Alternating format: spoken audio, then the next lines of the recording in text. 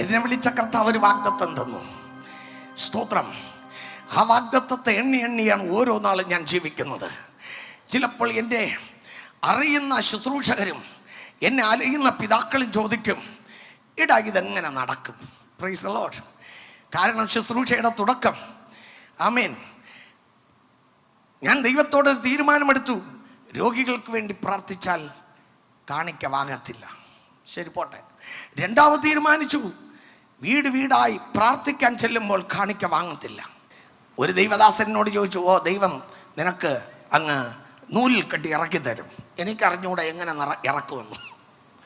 എങ്ങനെ ഇറക്കുമെന്ന് എനിക്കറിഞ്ഞുകൂടാ. ഒരു ദിവസം ഹാളൊഴിഞ്ഞ ഒരു മൂലക്കിരുന്നുകൊണ്ട് ദൈവത്തെ നോക്കി വിളിച്ച് കരഞ്ഞപ്പോൾ കർത്താവ് തന്ന ഒരു ദർശനമുണ്ട്. Jesus.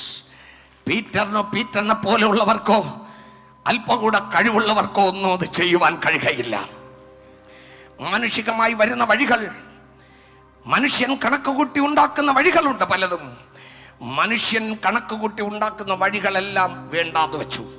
Praise the Lord. Hallelujah. അതുകൊണ്ടാണ് നിങ്ങൾ രോഗിക്ക് വേണ്ടി പ്രാർത്ഥിച്ചിട്ട് കാണിക്ക കൊണ്ടുവന്നാൽ ഞാൻ വാങ്ങാതെ വിടുന്നത്. നിങ്ങളോടുള്ള വിരോധം കൊണ്ടല്ല.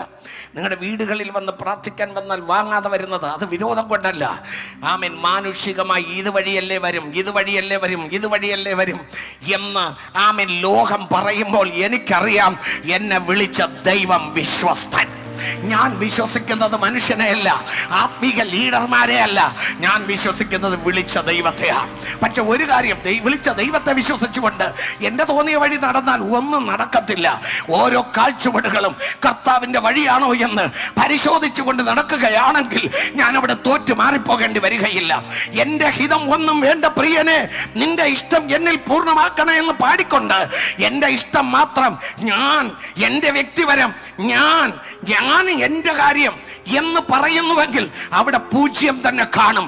പക്ഷേ എൻ്റെ ഇഷ്ടം ഒന്നും വേണ്ട പ്രിയനെ, നിന്റെ ഇഷ്ടം എന്നിൽ പൂർണ്ണമാക്കണം എന്ന് പറഞ്ഞാൽ ഏത് മനുഷ്യനും ഒരു അടിമയെങ്കിൽ അടിമ, അനുസരണമെങ്കിൽ അനുസരണം. ആമീൻ. താണിരിക്കേണ്ട സമയം താണിരുന്ന് ദൈവത്തിൽ നിന്ന് പ്രാപിക്കും. നിശ്ചയമായും എൻ്റെ ദൈവം സമയത്തിന് ഉയർത്തും. അത് പൊട്ടക്കുഴിയിലായാലും പത്തിഭന്റെ വീട്ടിലായാലും ജയിലറയിലായാലും, ഓ വിളിച്ച ദൈവം വിശ്വസ്തൻ.